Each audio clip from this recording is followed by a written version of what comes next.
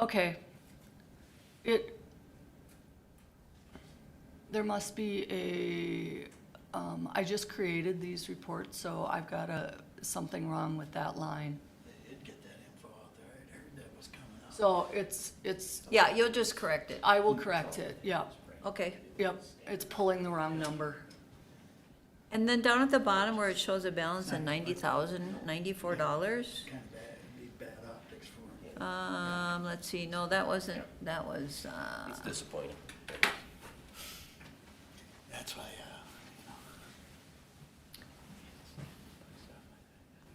let me see where I found that one. So my question is, the 78,000 that we're looking at to spend for engineering costs, I'm assuming you're planning to pay for that from the sale of the land Oh, eventually? I'm still trying to figure out where I found that, where the 90,000 was. I gotta find it. okay.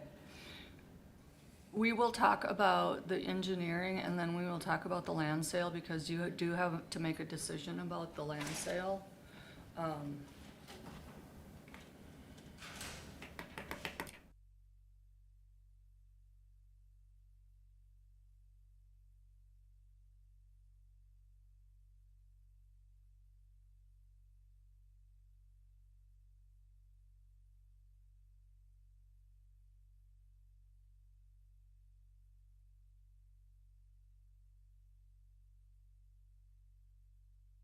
All stand and say the pledge. Allegiance to the flag of the United States of America and to the republic for which it stands, one nation, under God, indivisible, with liberty and justice for all. Alrighty. Thank you everyone for coming today. There's thousands watching online. Okay. Let's see. So I'll call the meeting to order. First on the agenda is the agenda approval. I'll make the motion to approve. Thank you, Steve. And I'll second to keep the meeting moving along here. Public input. Amy, did you have anything you wanted to say? Okay. We'll close public input. Consent agenda.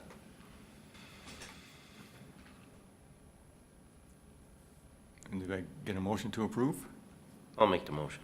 Thank you, Steve. I'll second. Thank you, Shar. Any further comment? All those in favor say aye. Aye. Opposed? Motion carried. Old business.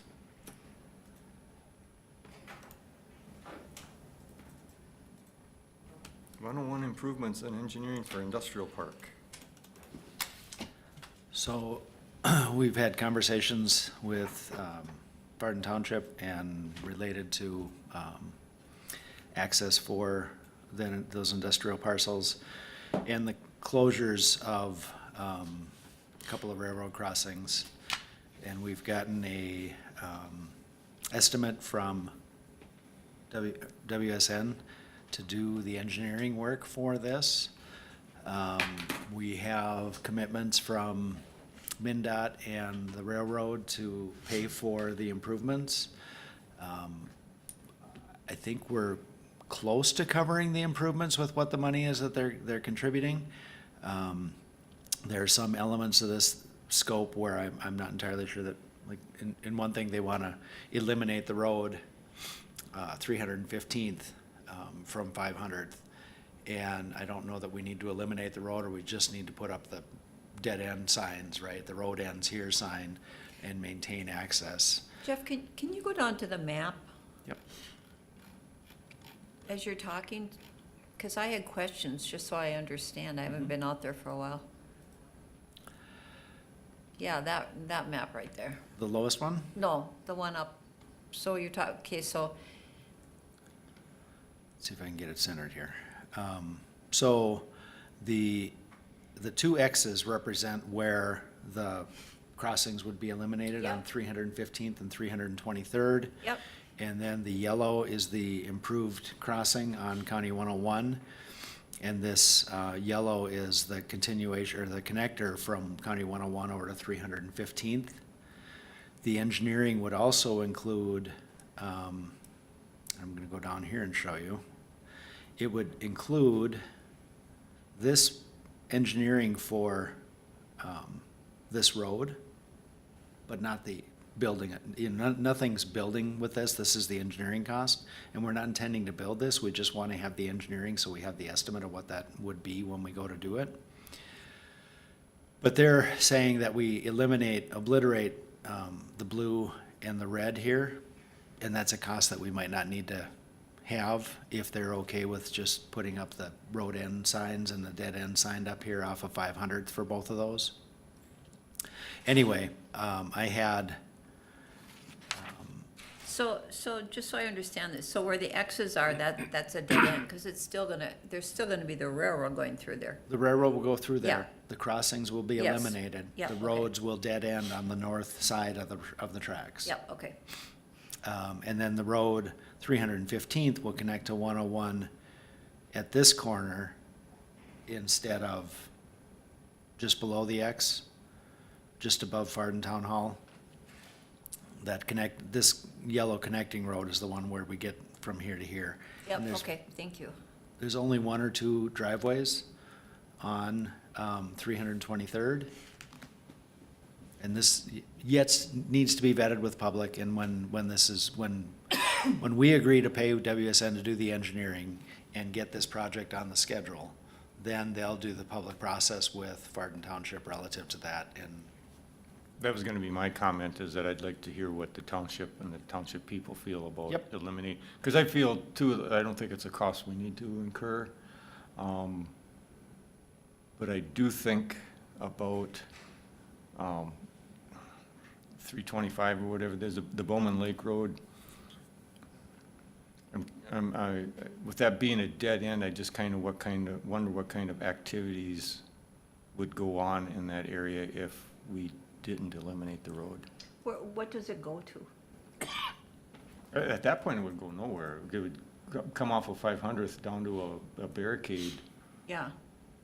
But it's not it doesn't look like it's accessing driveways at all. it doesn't, but his question is if you have a dead end road out of sight, you know, at that, the question at hand is, I'm asking the board to approve the contract with WSN to do the engineering and have the public comment and make sure that we do the design elements in there and work with Fardin Township about that and the public about that.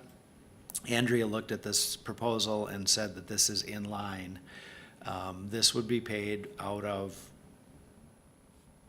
HRA, EDA funds, and some, if we can find some other funds elsewhere, and be paid back from the sale of those parcels in Fardin Township.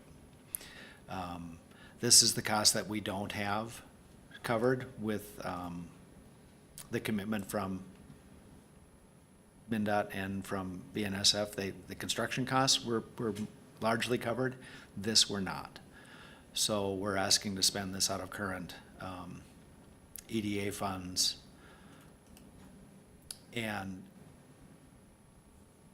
we would recoup this when we sell those lots.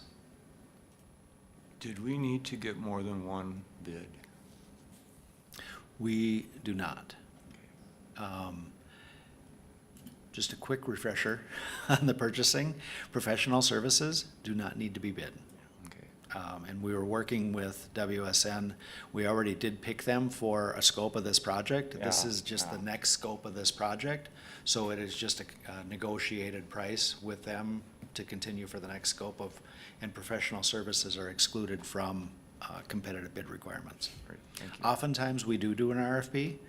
I will, for example, I have two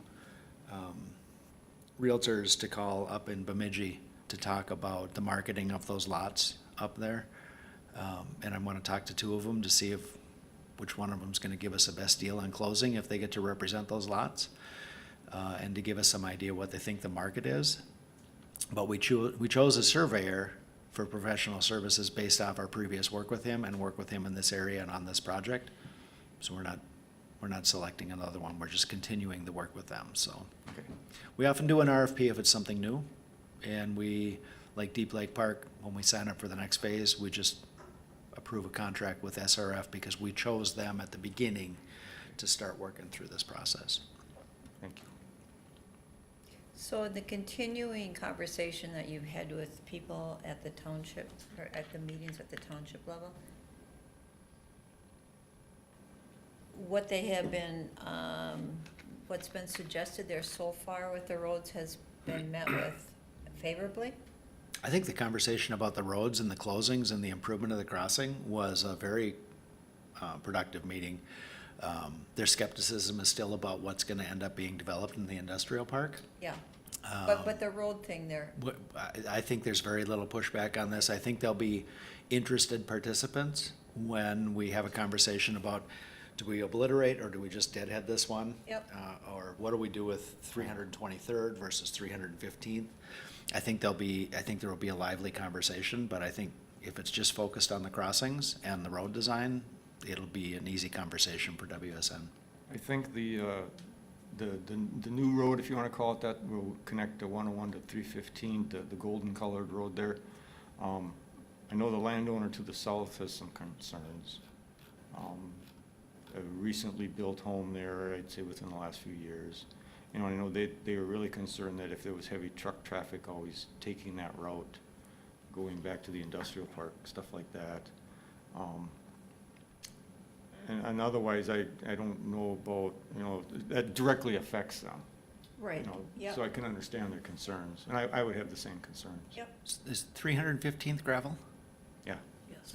It's very likely that this connecting road is gonna be gravel, built to be paved later, okay, rather than blacktop, which should tell them it's not gonna be a lot of traffic then. I did talk to them that one design consideration is somewhat of a privacy fence along, because they did just build the house there, and they were perfectly happy with that idea. But it's very likely this will be designed as a heavier duty road, as it would need to be, yeah, but not paved at this point in time. okay. And then the paving would be relative to the development going in here. Okay, so hypothetically, if that wasn't paved and it was heavy, would the HRA be willing to pay for calcium chloride, or would that fall to the landowner with the property adjacent? It would be paved before any development and any heavy It would be traffic? paved before that, okay. Absolutely. I'm sorry, I didn't clarify that. If this is just the continuation of traffic, local traffic to 315th, Yeah, then it wouldn't be paved. Yeah, Because it okay. wouldn't be any different than what it currently is. okay, But it would have to be built to the spec that it could be topped later when we have a reason to go into the industrial park. okay. So it would be built to a 10-ton It'd standard. be built to that higher standard, yep. That would be considered a county road then? It is not now, so the part that's being obliterated is a township road. So the question of this, this is a question as to what that, and that'll have to be part of the question of the design opportunity. Ideally, Andrea will disagree with me. I think this would probably be best, because it provides direct access to a service that's the county EDA property, would be county road and would be under county maintenance. It just depends on how the rest of this is built and what our agreements are with the maintenance on that. But that will have to be hammered out before it's done. Who's gonna own that section? Right now, this section is township, so the replacement of that route could be township. And likely would be until and unless this is developed. Right. That could change later. It almost equals out for the gas tax, the amount of road. The mileage will be about the same for the Yeah. township, yep. So that, the request is, again, to approve the proposal from WSN for 78.3 to do the engineering work for the, that kind of whole scope of things.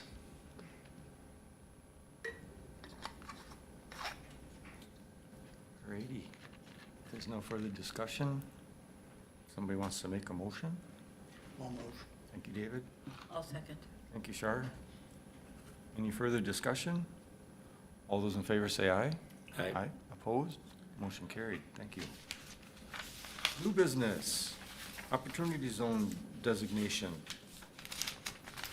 I included quite a bit of information about what are opportunity zones and what is being asked for. The legislation or the process allows for counties and first-tier cities to select tracts within their jurisdiction to propose for designation as an opportunity zone. There are only 2 areas in Hubbard County that are eligible for designation. One is to the east.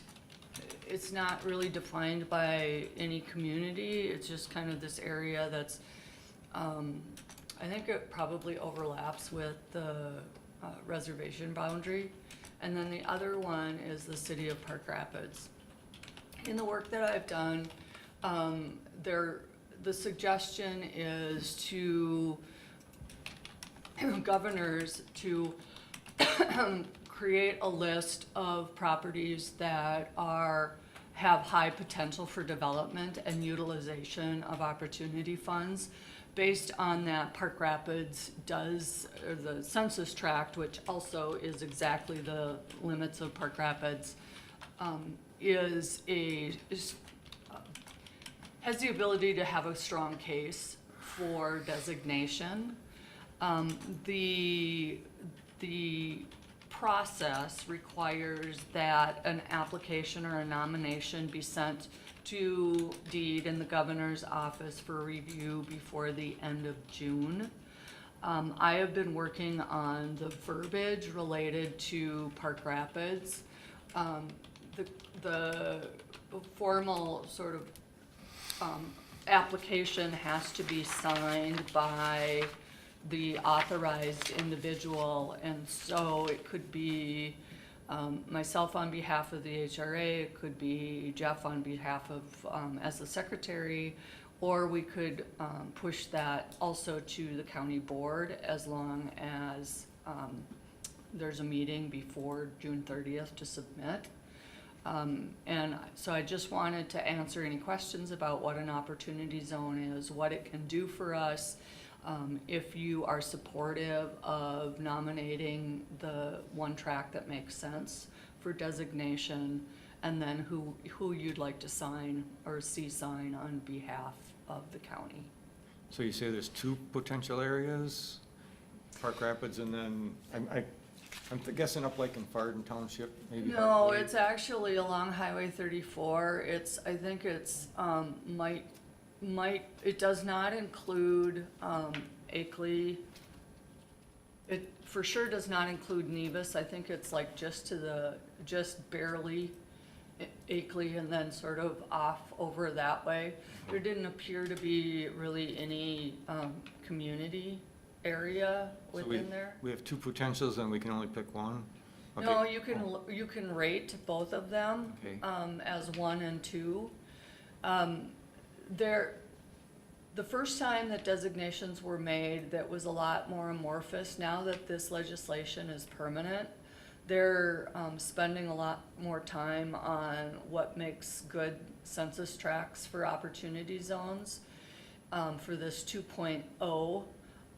And there's an outside entity that it's called the Urban Institute that has been sort of rating tracts that qualify. So the census tracts that qualify are based on the median household income, the cost burden households or percentage of cost burden households, and the poverty level, and then a few other things. And then those were selected across the country. And then based on those eligibility, then the governors need to pick, and they can only pick 25% of the eligible census tracts. So they have, Governor Wall's staff has the ability to select 78 census tracts within Minnesota, and there's like 128. So he can only select a few of them. And this outside rating organization had looked at all of the census tracts within the United States and given them 3 priority measures. One is that it's a good tract with high potential for positive impact. It's a tract where designation isn't gonna make any difference whatsoever. And then there's a tract that even with designation nothing will happen. So the area that's sort of to the east of us is that even if it did get opportunity zone selection or designation, the likelihood of anything developing in that area is very small.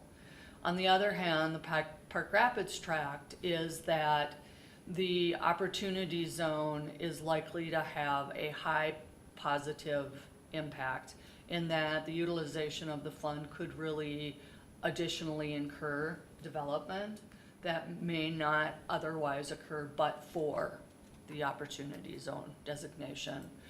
So just looking at that and the likelihood that the governor would pick the other tract would be less. And so we can rate them 1 and 2. That's how I've been doing that, with a high case being made that the Park Rapids tract is more favorable just because of the potential for development. So Mary, could you give us an example of a development within Park Rapids that would have a real positive impact? So there's a couple potential. Number one is that it can be used for business expansion, creation, or it can be used for housing, and it also can be used for redevelopment.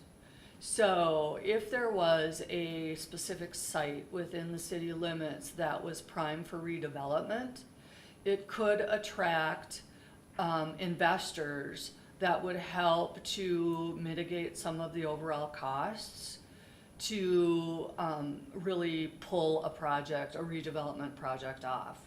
Another example would be, for instance, the HRA property, where you have land right next to Meadowview and Meadows Edge. In order to get rents that would be more affordable, you could look at getting an opportunity zone investment that would help subsidize the front end and thereby reduce the rents that would have to be charged without using tax abatement or TIF or Minnesota Housing or some of those products. So it's a way to generate resources from external investors that will help with the housing goals that, for instance, the HRA may want to hit. Or a business looking to locate here in the community might need some help with building a building. Something like that could help as well. And so the goal is that there are investors around the nation that have capital gains that they want to shelter from taxes, is really what it is. And they can invest in an opportunity zone, because an opportunity zone is considered a depressed area, that they then get a tax benefit where they can defer the taxes of their capital gains for a period of 10 years. And then any of the proceeds that they get as part of that investment have a what they call a write-down. So we're a rural area. If someone invested here $1 million, they could have their basis reduced by 50%. So instead of paying taxes on $1 million, they'd pay taxes on $500,000 because they invested in a depressed community. And the result of the investment for us is that it provides us an opportunity to subsidize or buy down so we get more affordable rents if it was a housing project. it gets resources where the numbers for a major redevelopment don't necessarily work, but we have some outside resources to help the numbers work if there was a large redevelopment project that we were really looking at. So there's a few ways that the tool could be used. Up till this point, Park Rapids has had the designation, but I don't think that up to this point that the community has had all of the tools in place to market and take advantage of the zone like they do now. And so I think that that we're positioned in such a way that we can deploy an investment much quicker than we would have been able to, or were able to under the old opportunity zone designation.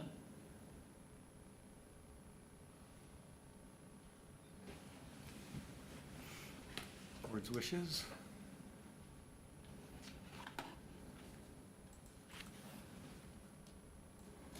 Because I would like, I would be interested in seeing that map that you spoke of. Let's see, if you go to mn.gov/deed. So Mary, if we've already been designated this, why haven't we been able to access funds before? A part of it is marketing, and part of it is not having exactly the right project to So- go after. So you would have to submit a project. So there's a couple ways that you can take advantage of the funding. The first way is that if you have a local investor that has the right kind of resource, capital gains, that they want to shelter, you can create a local fund and then make that happen. The other way is that there are national and regional organizations that already manage opportunity zone funds. So you can petition a project to one of those funds and then get nationwide investment or regional investment. Part of that requires having you have to submit it, you have to have the right pro forma, you have to have the right sort of returns. And up to this point, I don't know that we've necessarily had the ability to put something together that would attract that kind of investment.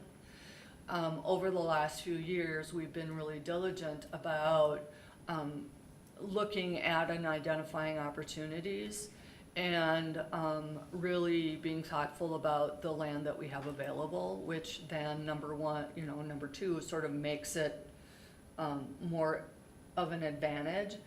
And we have somebody now who can put together the pro formas or work with a developer and kind of get those submitted in a way that we might be able to get funded. So you basically could have a developer in the area that It's develops a 704 project, is the census turns tract. around and sells it when it's complete, have capital gains, and then if we were all set and ready with something, they could turn around could and turn around invest and some invest. money and here if they were interested and do it again. And just lots of them keep doing that. And one of the sort of key things about the opportunity zone is the ability to quickly deploy. Because once an investor has this resource, they generally have just a limited period of days in order to be able to turn that around. Yeah, there's the opportunity, or This is the census tract you're Census talking data. about? yeah, And this is the Park Rapids one, and that's that larger one. I guess Akeley is covered in it a little bit, maybe Nevis is too, but, well, let me zoom in because it keeps doing that. Yeah, Nevis is. oh, okay. Pretty much the 34 corridor. Yeah. The key things that make, and as Jeff is hovering over that, you can see a couple of the things that they're looking at. One is the poverty rate. On the one tract, it's 7, and on the Park Rapids tract, it's 19.2. So there's a significantly higher poverty rate. And then the median household income is lower, and so it's actually more distressed than. It's more likely to be picked Right. out of the state tracks than Right. the other. And when we're talking about competition, and the advantage is that having things in Park Rapids, potentially businesses, allows for the residents and the outer areas to be able to take advantage of some of those things that are available, so. Primarily what it means, if somebody's interested in deferring capital gains by making an investment, they have an opportunity to do it somewhere in Hubbard County. If we submit the information relative to these two and prioritize them along the rules that are most likely to get chosen, it's most likely that the Park Rapids zone is gonna would be picked out of the group. If we highlight that over the Akeley one, and the Akeley one rises to the point where it's also included, we could have two. But the benefit would be to at least submit the paperwork so that they can be considered for the next iteration of this. And if somebody has, like I said, wants to hide their capital gains for 10 years, they can do it and we can use their money. Right. I'd like to do that, but I don't think I'd have enough capital gains to do anything. I don't know that much about this program. How big of a capital gains are people typically investing? Millions, Millions, so big chunks. big chunks of dollars. Not even close. The examples, when you look at the opportunity zone and the playbooks and all of those kinds of things, is that most of the examples start at $1 million. This is what you can do with $1 million. I think that any amount is eligible, it's just whether or not that's an avenue. And so, we'll touch on it a little bit later, but we're looking at creating a community fund here. I think folks with,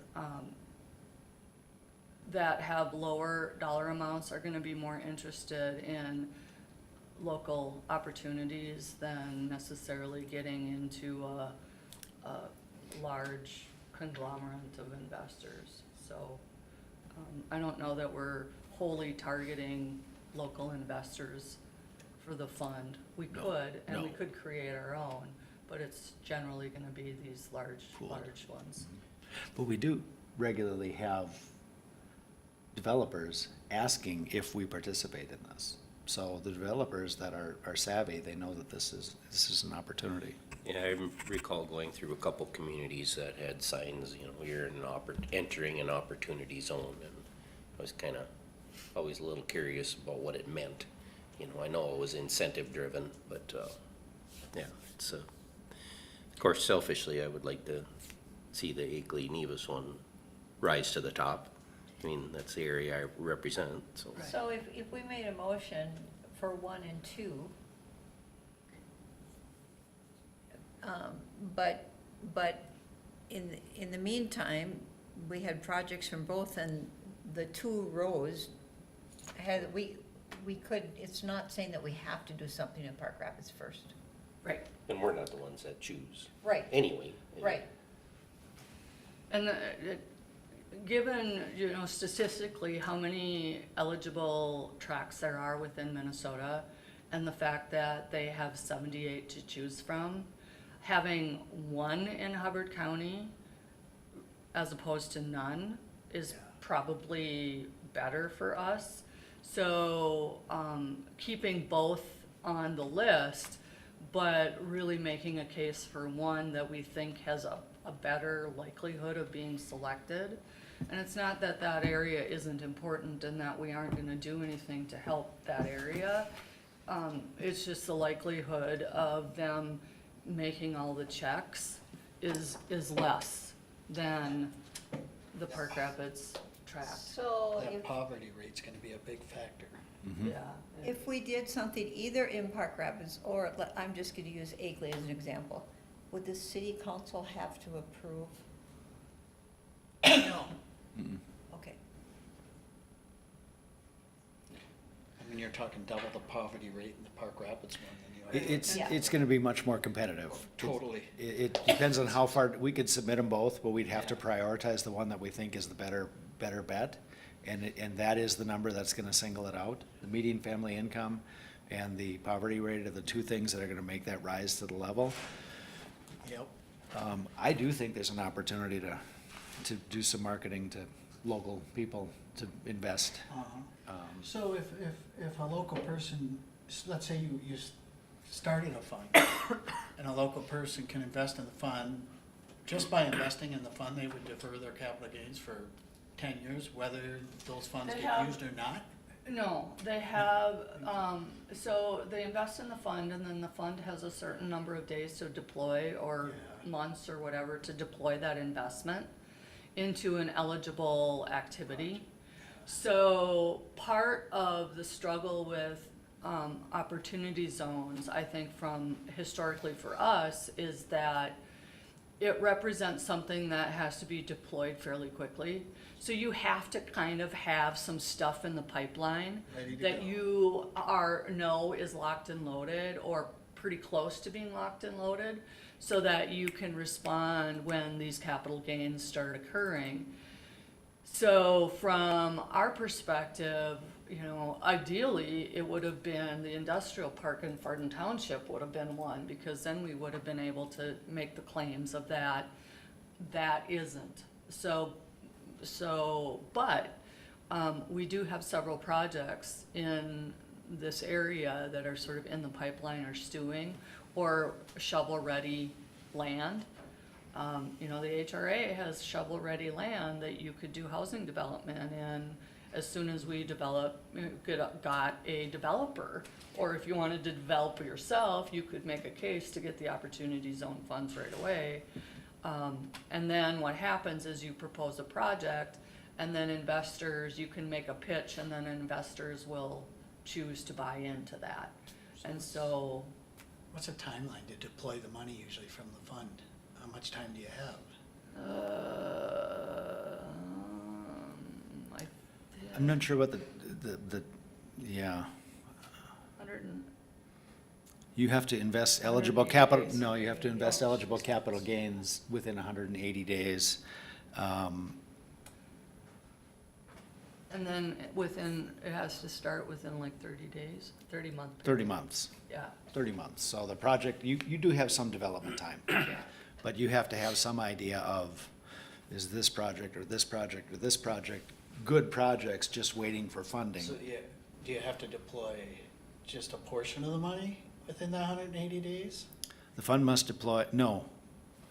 If you're gonna invest, if you have a capital gains, you have to invest that within 180 days into the fund. The fund has to deploy 90% of those monies within 30 months. Okay, yeah, that's doable. But you'd have to have projects in the queue, and you'd have to have, they're allowing, 30 months for development and use of the funds. I mean, as an example, if you were gonna use it to purchase property, you Yep. would have time to get to closing and. Mm-hmm. yeah, Get it all purchased. of the Yeah. things. And the reason for some of these timelines is, a lot of these funds they attract the investors, and then they have developments in queue. So then, or they're pitched to their group of investors, and an investor may say, I have interest in that one. And then they funnel, and so that's sort of how it all works. Those are the national regional funds. There's nothing to say that one individual can legally create a fund. So if we had a local individual that really is passionate about development in this particular area, they could create a fund Yeah. and fund it directly. And so that is an option. There's lots of options. Worst case scenario, somebody invested in the fund, you had a project in mind, it all falls through. Their money comes back out of the fund, they pay their taxes and go on with life. Or they reinvest in another Or fund. reinvest in Right. another Yep. fund. Yeah, As long as they don't run out of time. Yep. right, yeah.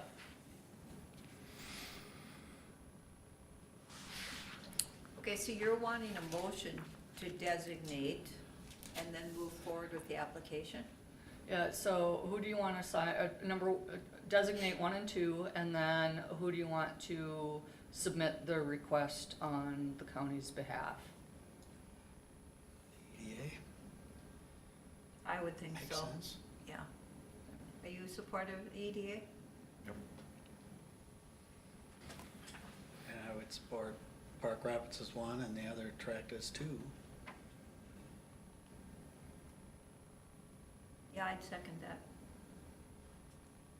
So somebody made a motion, I can make the whole motion. David made the motion and Shar is seconding. Yep. Doesn't hurt to throw the hat in. No, I definitely agree.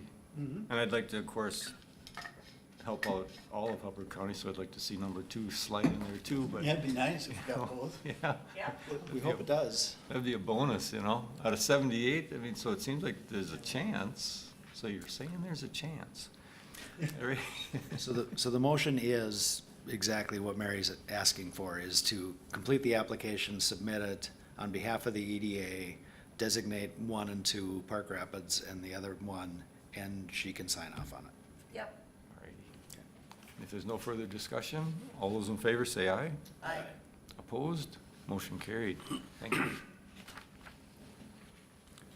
Now, 7B, sales proceeds disposition.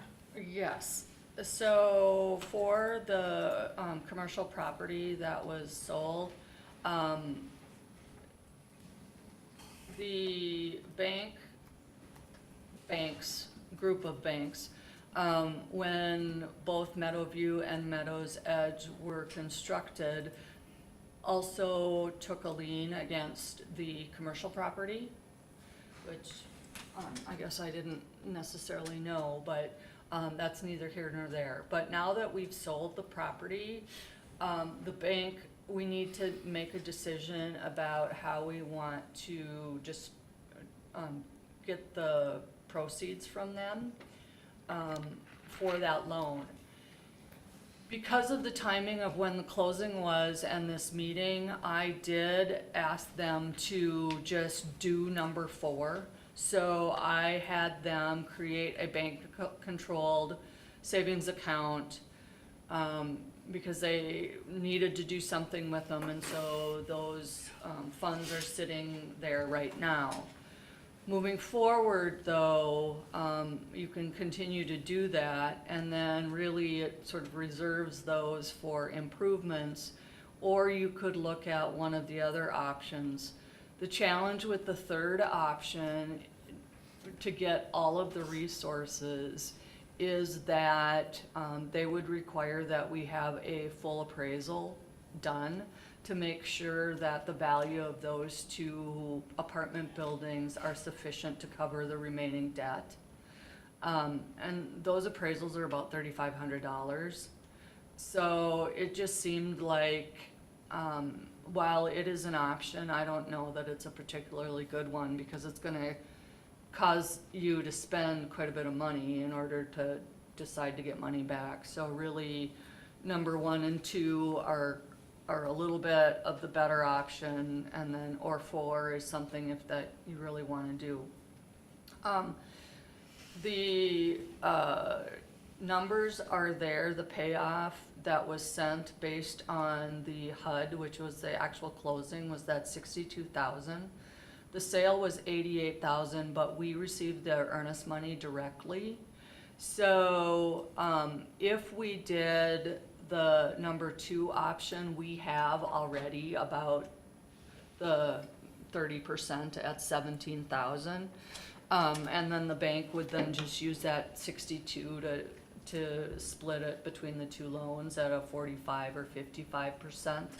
If we wanted to apply the full proceeds, they'd take that amount, and then we'd also have to send them the 17,600 that we already have in, as part of that closing. So, procedurally wise, we're the closest on number 2, because they have roughly 70%, we have roughly 30%. They'll split it between the 2 loans at 45-55.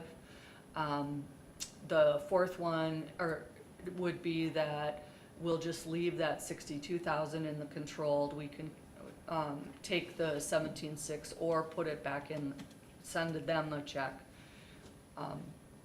Or if we do number one, we'll have to send them a check for the 17.6. I don't think you're gonna gain much ground by doing one or two, because you're not gonna significantly lower the amount of interest you're paying, and you're just gonna tie the money up. I'm all for number four, because we know we're gonna have improvements that are gonna have to be made at some point in time. That's gonna give you more flexibility to do something with the money. It does create a replacement reserve that specifically for those accounts that you don't have right now. And I can have a discussion with the bank to see whether or not they need the 17.6 or if the 62 is just fine in that account, if they're comfortable with that. Can we invest that somehow, or does it just have to sit in a bank account? I think that I can have conversations with them about getting a Get our higher yield. interest, yeah. Yeah, getting a higher yield. We didn't have, I mean, the bank controlled account was sort of the short-term stopgap until we figured this out. If we're going to have it sitting there, yes, we are going to want them to give us the highest yield that we can, from those resources sitting there until something is done with them. I think the loans are 3 million something, aren't they? Yes, one is, one has a balance of 1.4-ish, and the other one's like at a 1.9-ish. So it wouldn't make much dent in the, No, and then If you we- lose the flexibility of. Yeah, if we weren't at a point where we needed that money to try to refinance those two, then that might be the only time when that makes sense in my mind. Otherwise, having it available for current or future projects, improvements to those properties probably makes the most sense.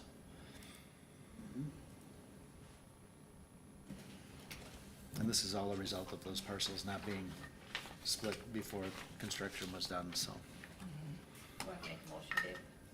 We know there's gonna be things coming down the pipe here in the next 3 to 5 years that we're gonna have to spend money on our buildings. Yes. You know it's coming. I mean, we could do it on landscaping right now, if we wanted to, but. So we'd be looking at, if we go with number four, we have the 62,571.84 currently in an account, and the 17.6, so we would have to decide what to do with that. Well, I think that what we would have to do is see if the bank is okay with just the 62 being in this bank-controlled account.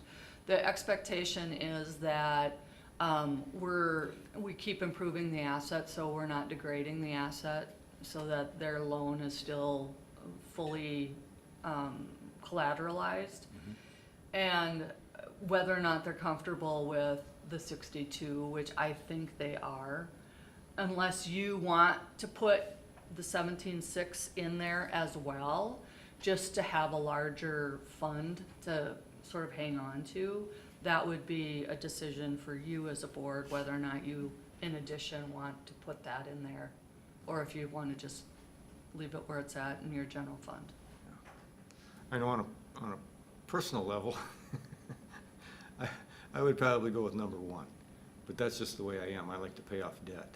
But now we talked about all the numbers, what was it, 3.3 million or something roughly on the apartments and stuff, It wouldn't be it's a to drop make in the dent. bucket, yeah. And the other thing is, we're not even breaking even on the apartment costs. And so we have no money to do the necessities that we need to just to maintain. Wow. Steve, your opinion?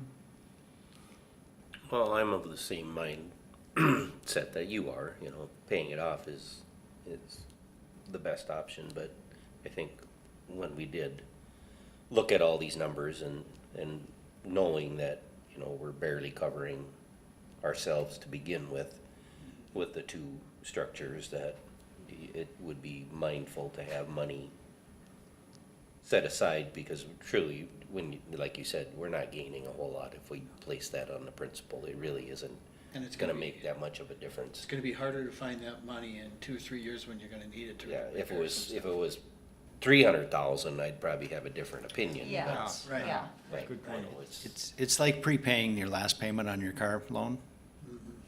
When, you know, the month after you took out the loan. Or having the money, the biggest question is, I think, having the money for the improvements that maintain the value of the investment for the bank,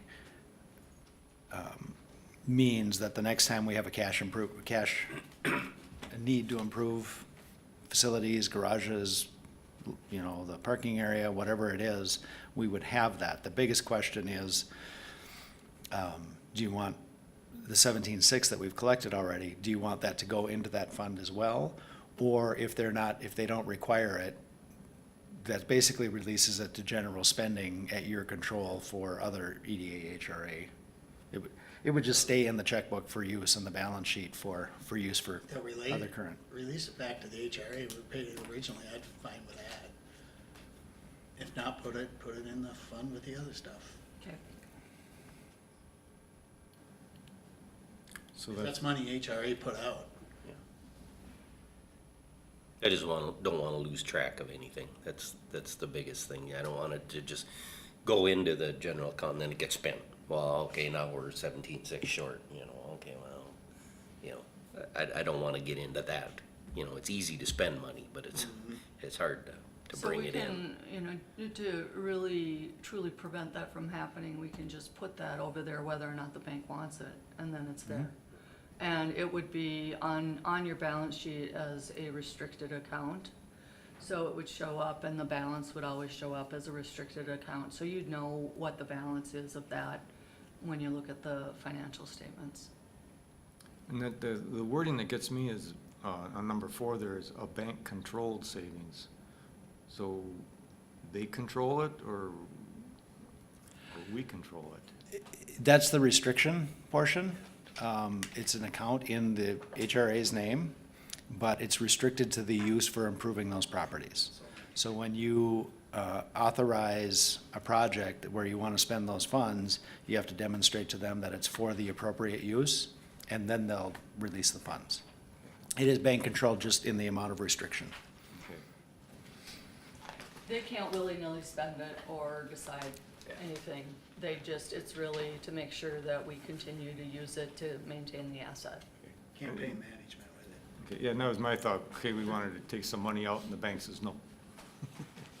No, they would not, they couldn't say no as long as we ask them for, as long as we tell them we're using it to improve the property. Okay. And then, like you say, now the question is do we add the 17.6 to the 62.5, or do we just leave the 17.6 in our general account? I'm good either way. So whoever wants to make the motion.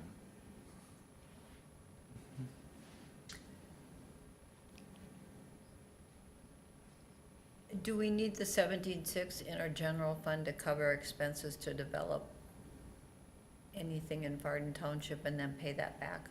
We're good with, If they don't require it, we wouldn't have to pay it back.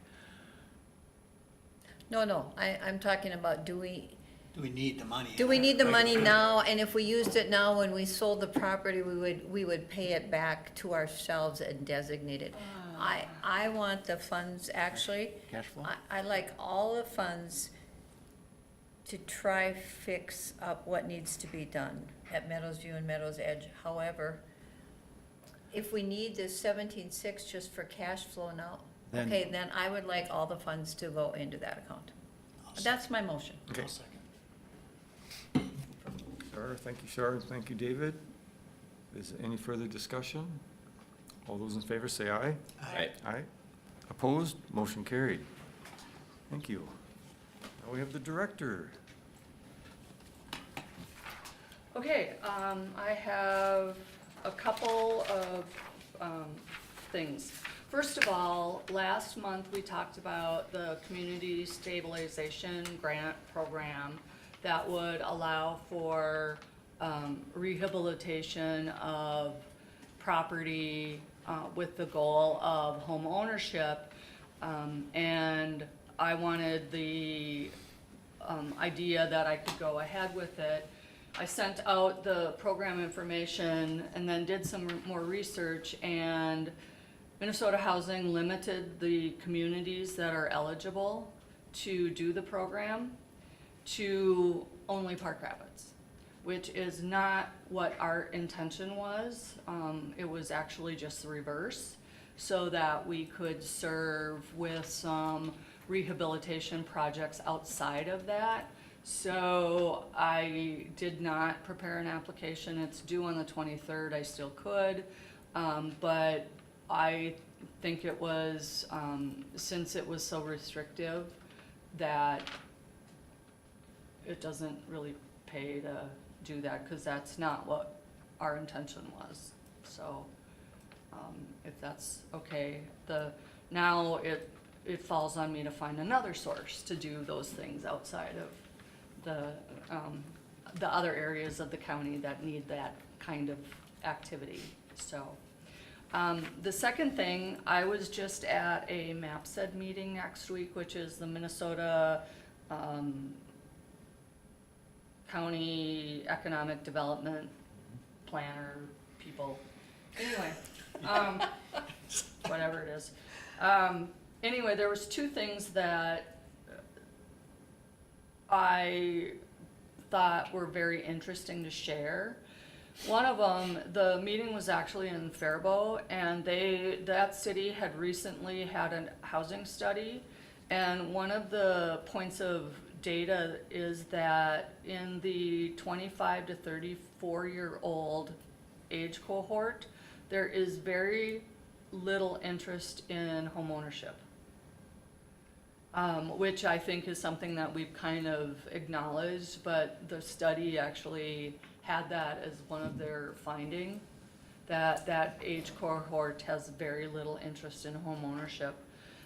The other thing that did is just kind of quantified how to think about cost burden and affordability. And the three assessments that they used was moving one cost burden household into a market rate unit equals the rental of one market rate unit. If you move a cost burden renter into affordable housing, it provides additional disposable income that can be utilized within the community. And if you move a cost burden senior homeowner into affordable housing, it equals one home for sale.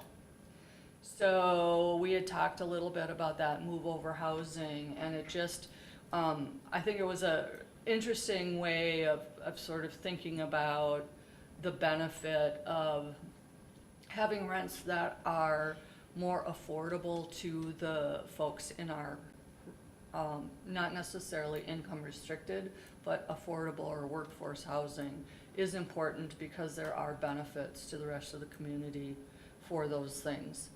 How do you do that though, Mary, when you're already at the bottom I know. of what you can afford to build? You know, Right. really, I mean, how do you build a single or two-bedroom apartment, a single-bedroom apartment for less than $750 rent a month? I don't know how you even do that now. And I don't think that you can, and I think that the target really has to be the workforce, because that, the workforce housing. But it does provide a way of sort of quantifying that if you can do what you can to touch or get as affordable as you really can, it does create some meaningful. Now, if you were debt-free, you know, then that could be, like if you had a 20-year-old apartment that was in decent shape, that you probably could offer at a lower price point. And the other thing is, that's where the tools like this opportunity zone become important, is you have to find those tools that are going to reduce the amount of the debt service that you have on a property in order to make the rents more affordable, so. So since the younger isn't interested in buying housing, what if we focused on senior housing?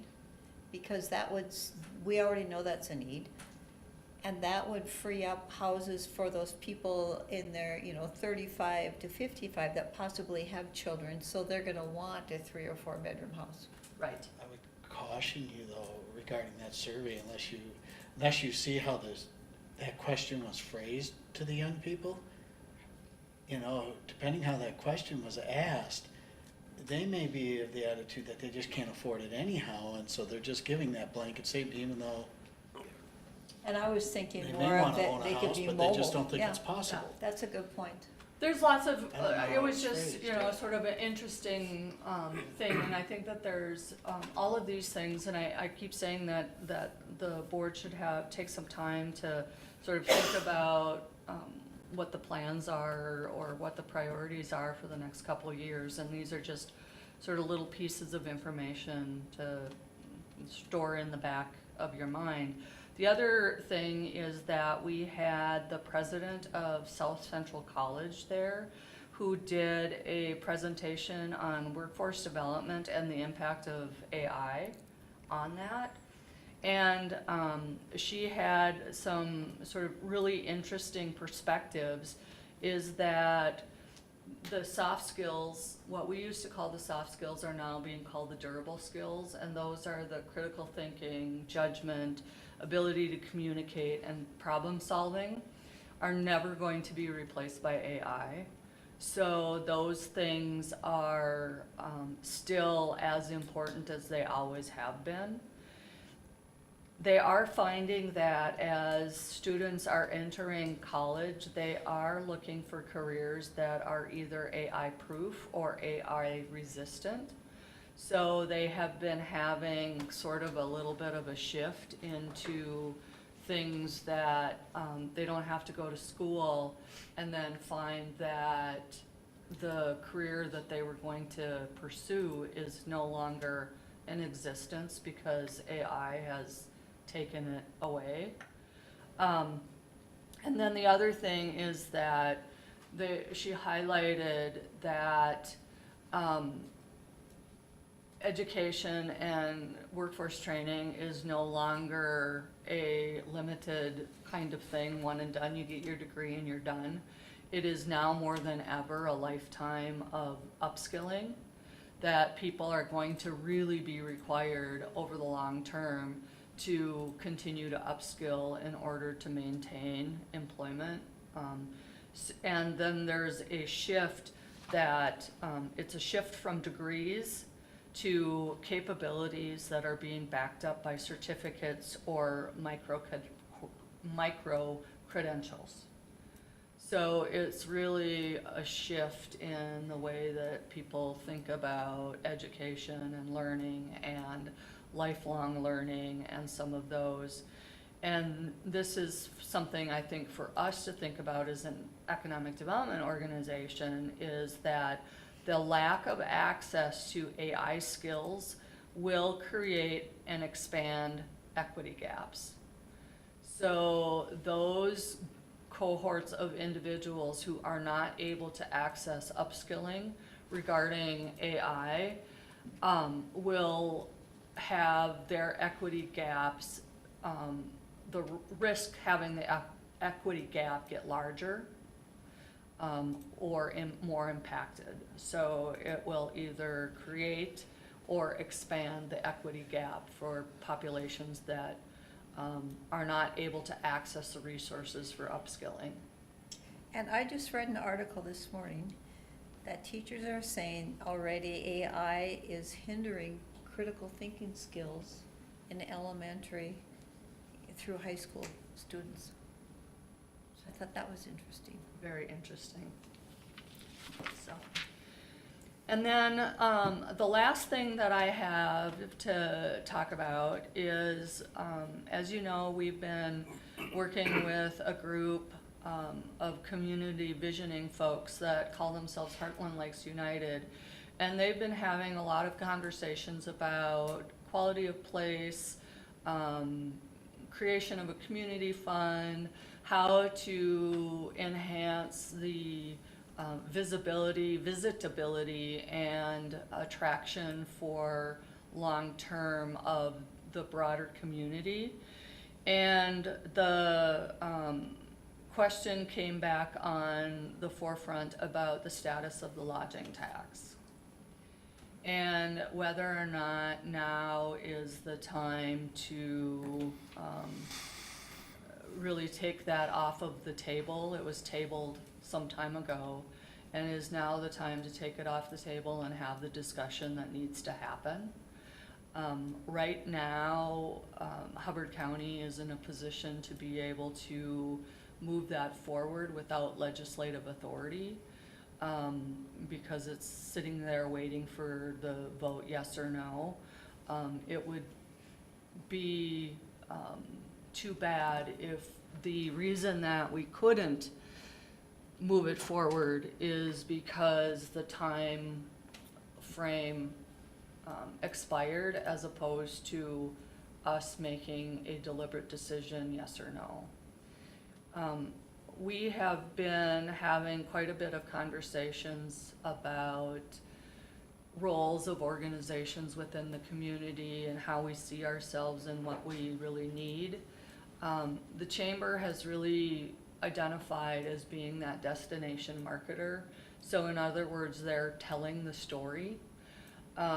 HLDC and this organization as the economic development entity are really responsible for creating the assets or the amenities that create the destination. But we need a way of being able to tell that story and without resources, we can't tell that story.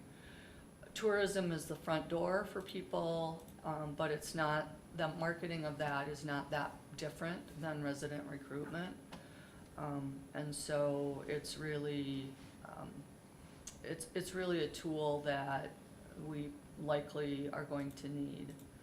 My understanding, and Jeff can correct me if I'm wrong about this, is, but the authorization would be to create a public hearing, at which point then all sides to the issue have the ability to come and be heard, and then the board makes a decision. So I'm just curious. So interestingly enough, this last legislative session, none of the counties that were asking for any type of sales tax or anything were none of that was approved. I'm thinking of a county commissioner from another county I know, and actually had full county support, pretty much, for what they were asking, but because legislatively it couldn't be implemented. I don't know what the time frame is, but I don't want us to run out of time to discuss this and to make a decision because legislatively our time is up and it's made for us, because we might not get that window of opportunity to actually decide for a very long time. Or it could be a short time, I don't know, but I don't want to get to that point that it depends on legislatively how we decide it. Well, when did we get approved for this, and, was this, obviously had to be over 8 years ago? I think it was 2012 when the legislation was approved. Okay. So, and again, I have pros and cons on both sides. I'm not suggesting a vote one way or the other.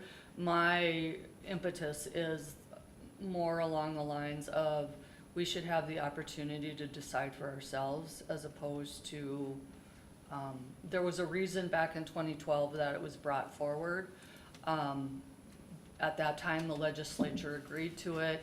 If that timeline runs out, then a decision is made for us as opposed to us making the decision. I think it's really important that all sides of the issue be heard.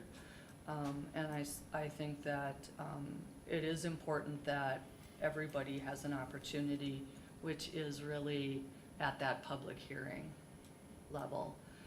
You as a HRA can't decide to hold the hearing or create the resolution, but you could request the county board to take it off the table and schedule the public hearing in order to let all sides be heard, at which point then you can decide yes or no. I look at this too as with all the different things we're doing, not only in the EDA and HLDC, Deep Lake Park. Gonna have to market these things somehow, and we're either gonna have to use local tax levy dollars to do that, or we can choose to use lodging tax dollars, which is paid for by people who visit. I prefer to do the latter. Otherwise, why are we doing a lot of this stuff? We're gonna build it and they will come. That's a real slow process.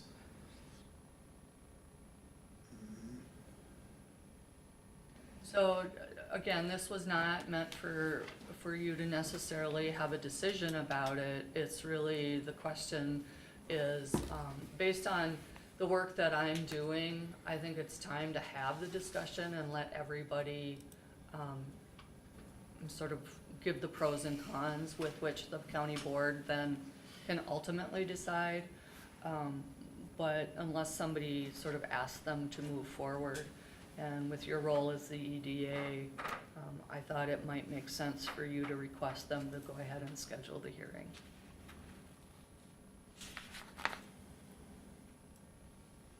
Board wishes? I'd be favorable for it, cause I think it has to happen. If it doesn't happen, at some point in time, we'll have to use local tax levy to promote the things we created.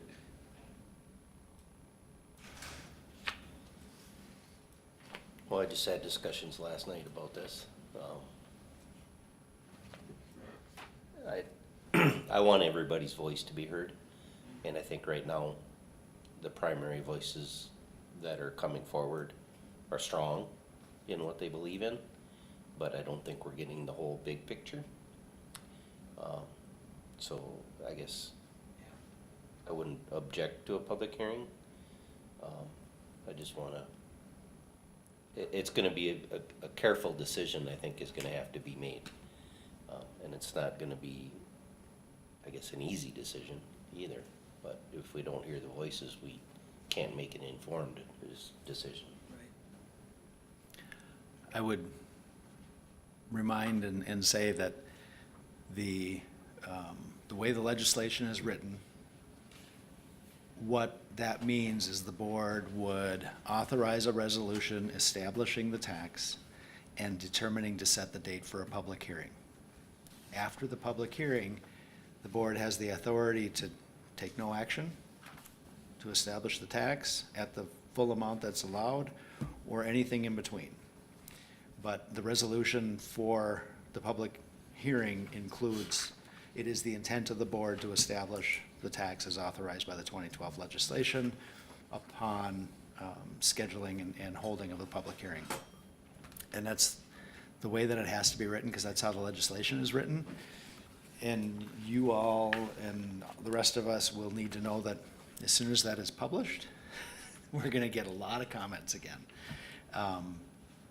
And if the intent is to hold the public hearing and hear everybody's voice, we have to just respond to everybody that the day that you're moving on the resolution is not the day you're taking action. It's the day that you're taking the action, so that everybody, we're gonna set a date for that public hearing. That time was co-opted by a half a dozen people the last time we put it on the agenda, because they saw the agenda. And in order for this to be useful, we have to actually get to the public hearing. Yep. But you do have to fight through the fact that, yeah, the resolution says it's the intent of the board to establish the tax.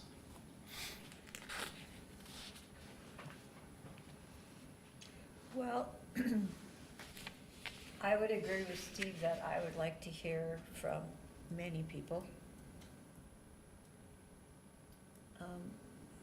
Getting back to Dave's comment that when it was presented to us as the board the first time and we looked at the graphs and the dollar amounts given to the counties that had actually implemented and what that had done for their whole community, and the dollars moving through the community over and over and over, as a result of people coming in, it's worth looking at again. So I would make a motion that we ask the county board to take up this matter.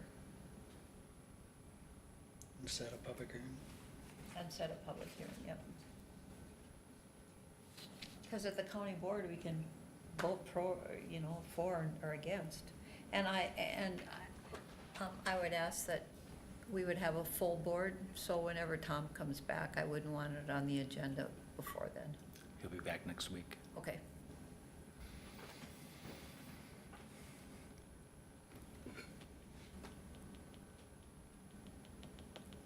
So I'll Sharp- second that. I was gonna say Sharp made a resolution, David seconds. I made a motion. Yeah, you know what I mean. I'll draft a resolution. So a motion and a second, any further discussion? All those in favor say aye. Aye. Opposed? Motion carried. And that is all I have for the director's report, other than to express how excited I am that there's all kinds of dirt being moved Oh, yeah, it's around huge. Yeah. over by Yes. the Walmart, so that's some progress that we're working on, and we just need to find other things to do here now. Alrighty. If there's nothing else, motion to adjourn. So move. Thank you, Shar. I'll second. Thank you, Steve. All those in favor say aye.